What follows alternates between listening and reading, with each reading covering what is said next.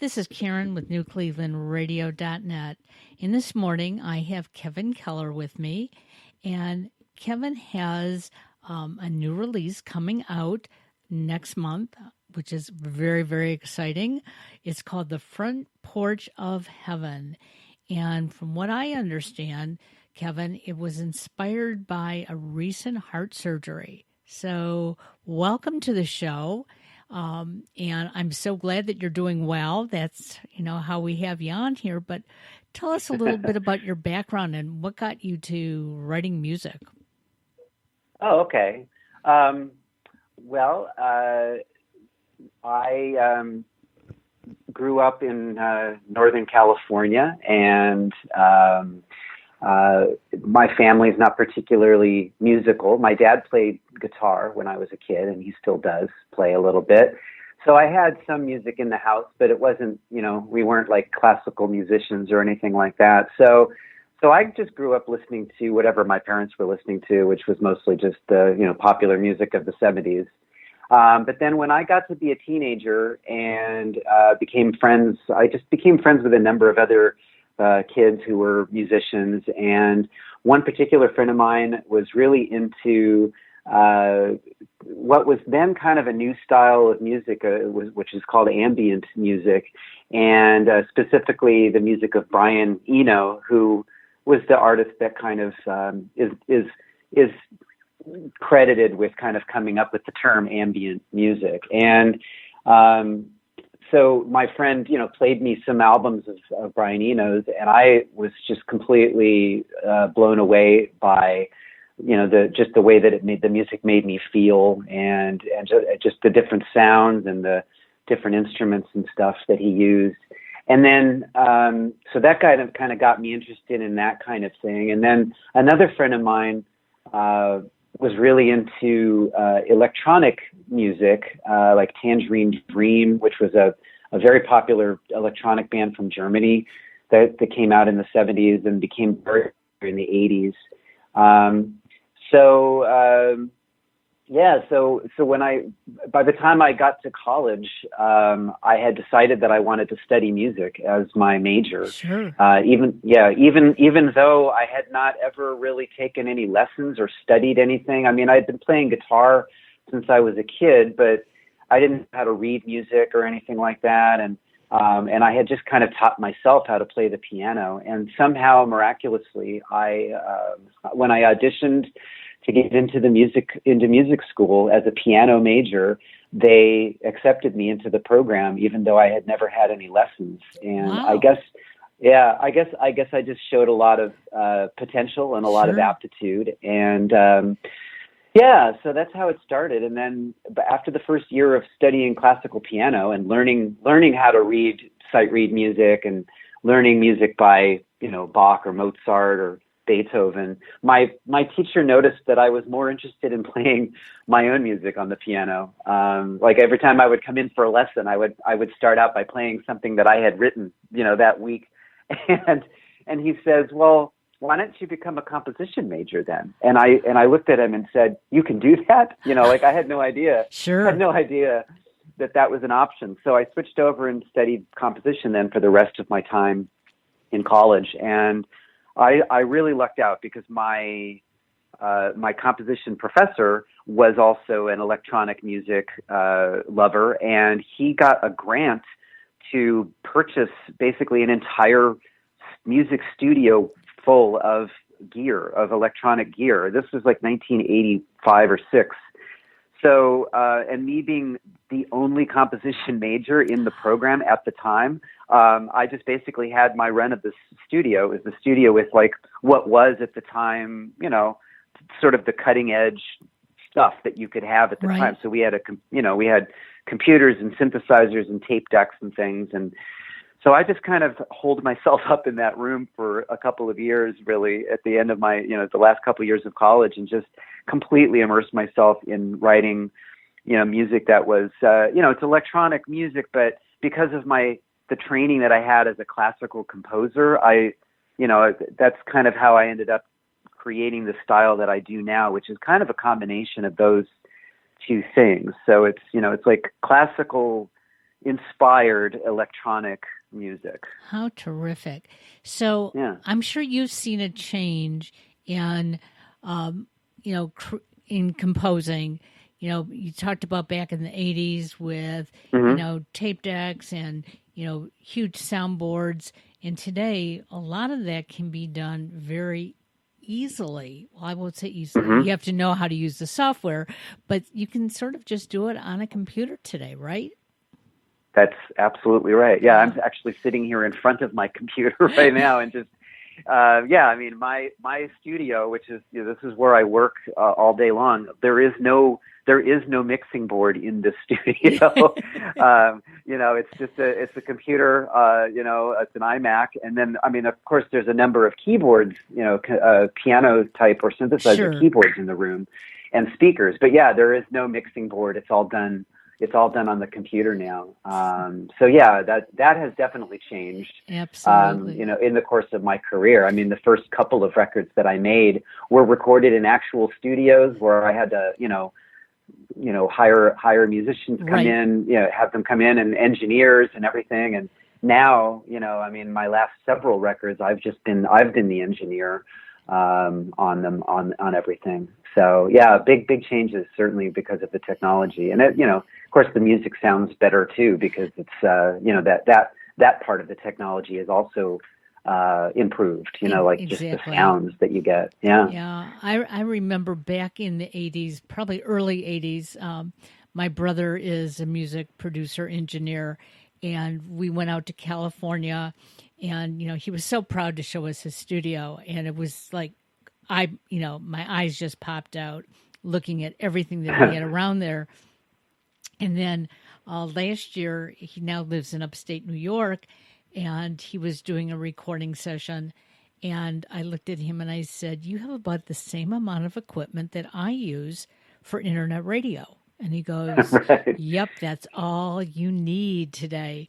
And it was interesting to watch him too. Again, with different keyboards, okay, using software that, I don't even, think about using, but the whole industry has changed. And because of that, in some ways, I think it's a little easier for someone like yourself to compose music because you're not putting all that extra time and money into the studio.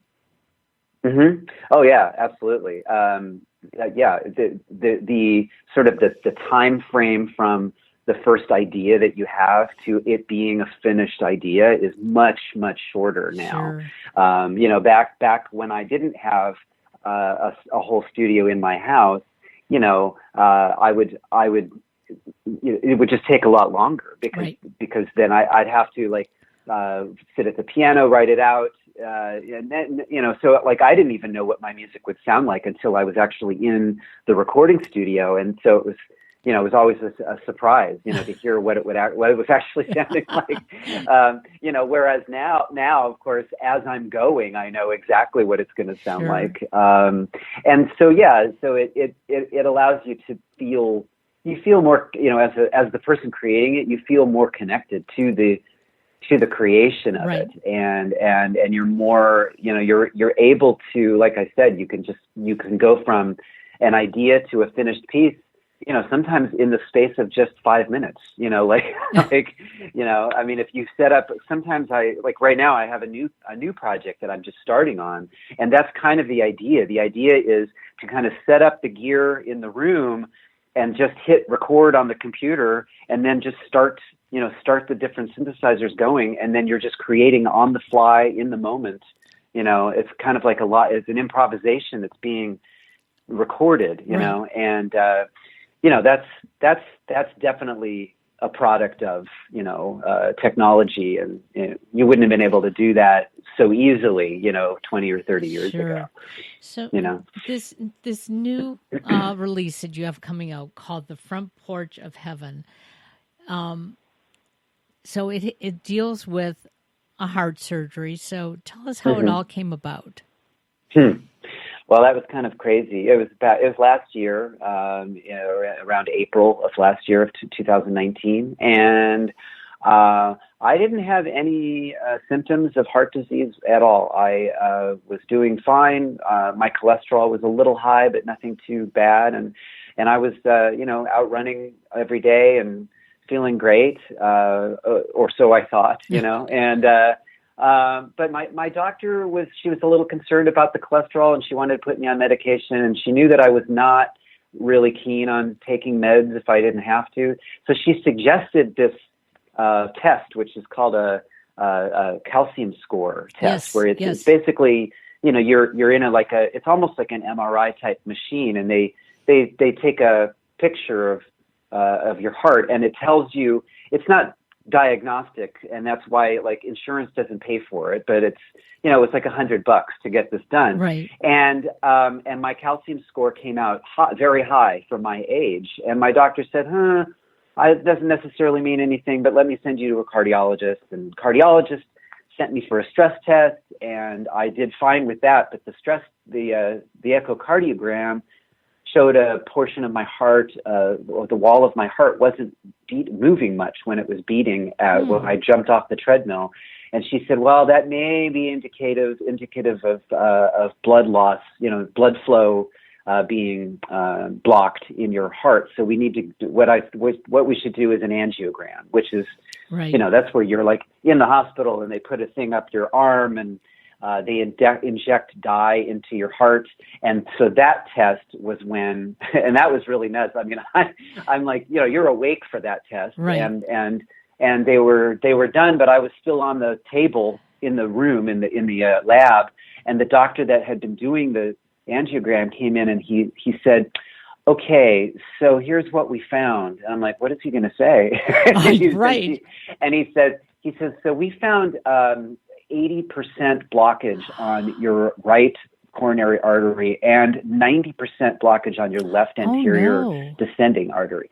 And he said, and because of where that blockage is located, we cannot put in a stent or anything like that. So we're going to refer you to a surgeon for heart surgery. And I was absolutely shocked, because, that's the last thing you expect, is someone telling you, we need to cut you open and reattach some things. So, so everyone was very surprised by this, but, so 2 weeks later, there I was in the hospital getting a triple bypass, because they found blockage somewhere else as well. And the surgeon decided, since he was going to be in there anyway, that they should address the part that, the one artery that was only a little bit blocked, because he's like, well, eventually it will get blocked. Sure, so, exactly. While we're there.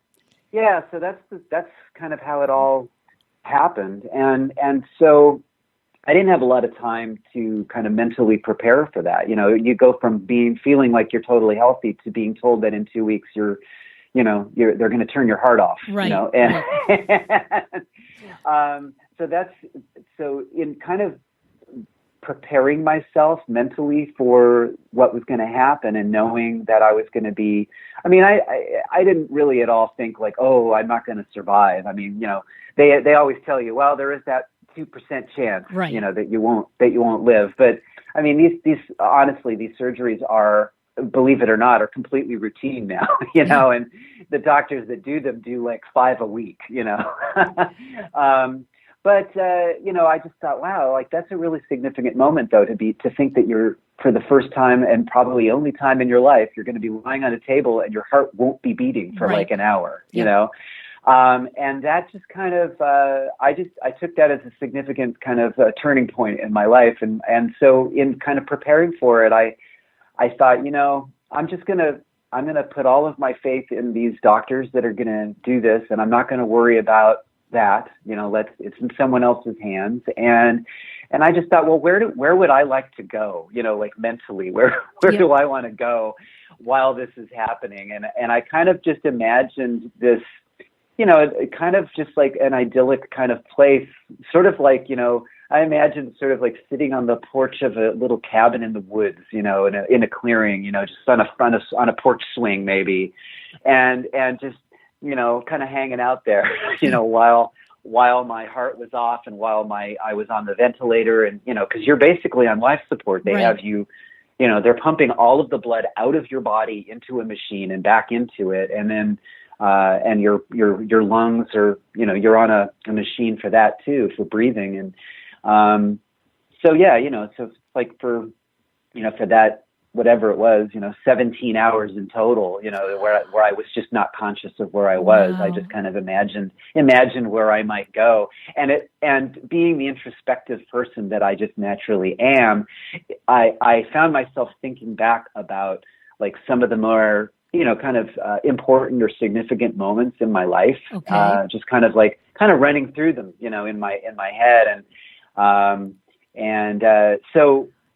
So that, when I woke up from the surgery and I realized, okay, I lived, here I am, I'm back, I'm back, I just thought, wow, I feel like I should, write some music I just felt like compelled to like make music about kind of not just the experience, but also sort of these moments in my life that I had been thinking about and kind of like imagining kind of going back and reliving them. And, so that's kind of, that's how the different parts of the album came about. How terrific.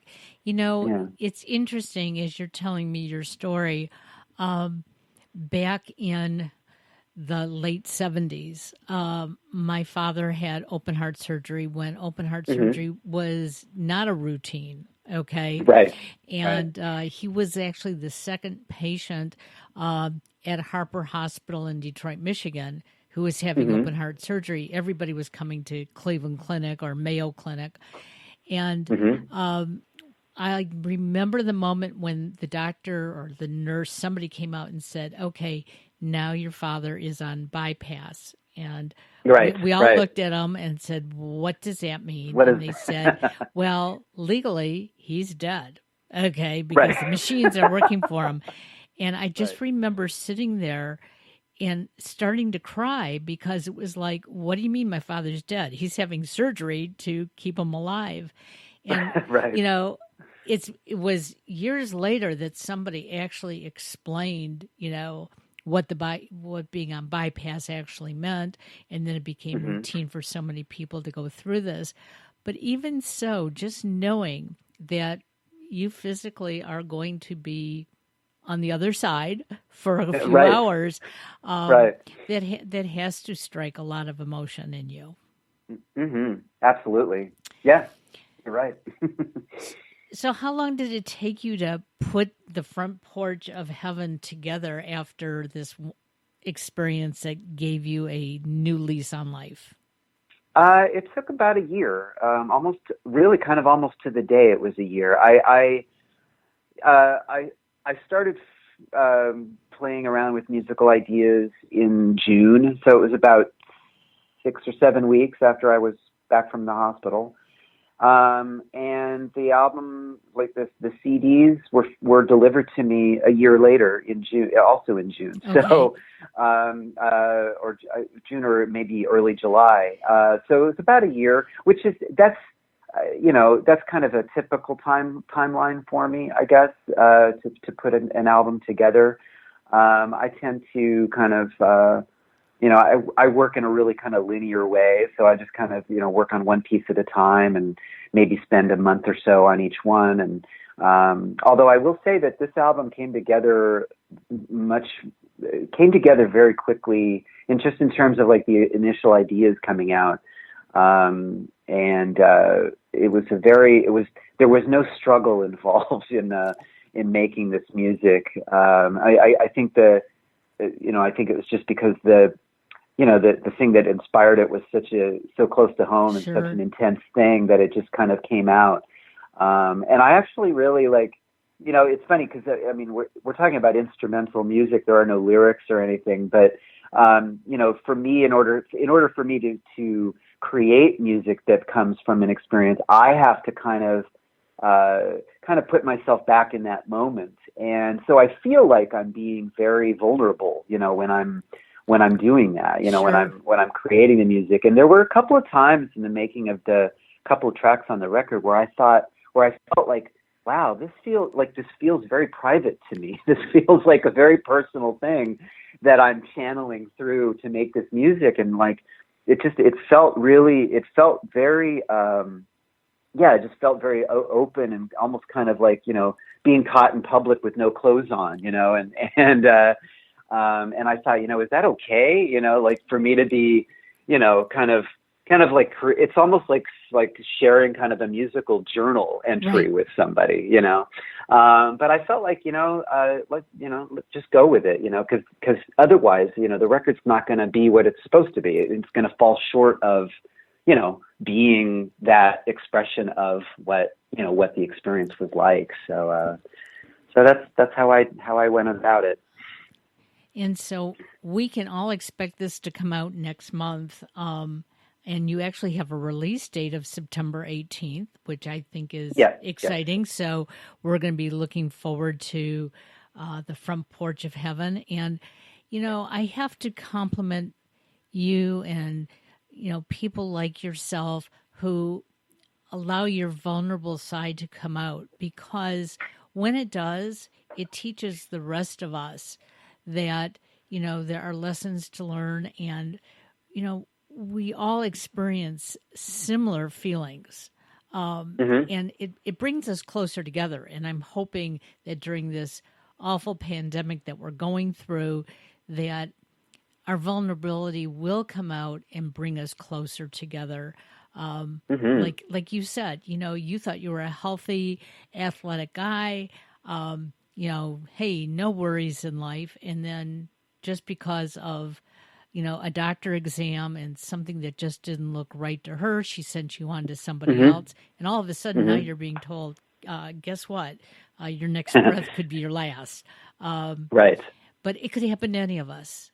And now sharing it, it gives us the choices of saying, okay, what can I do to make sure that I'm okay? So we are really proud to know you and get to know your music. How can people find some of your other music that's already available? Well, the best place is to just go to my website, which is, kevinkeller.com. And there you can there, all of my albums are there for you to look at and listen to. And then there are links from there if you want to, stream the album on Spotify or buy the record from the various places where you can buy, CDs or downloads like iTunes or Amazon. So all those links are on the website at kevinkeller.com. And there's also links to like videos on YouTube and all of that. So yeah, I would say the best place to go is to my website, because that's kind of the hub for all of that, all the other places, so that people can find what they're looking for. And we'll make sure we put the link to your website in the description of this show, so people have no excuse not to listen. But I want to tell people out there, okay, don't just listen for free. It's not fair to all these talented people who are doing the work that they're doing. If you appreciate Kevin's work, go out and pay for the download. Go out and buy the CD, whatever it is, because if we don't start supporting your talents, we're not going to be able to hear any more music. And so that's one of the things that we try to strive for here on New Cleveland Radio is, it's okay to listen if there's a free link, but you know what? If you really like it, let's purchase it. So I hope that helps a little bit, and I can't wait till September 18th. Me neither. I'm excited about it. Very good. It's going to be great.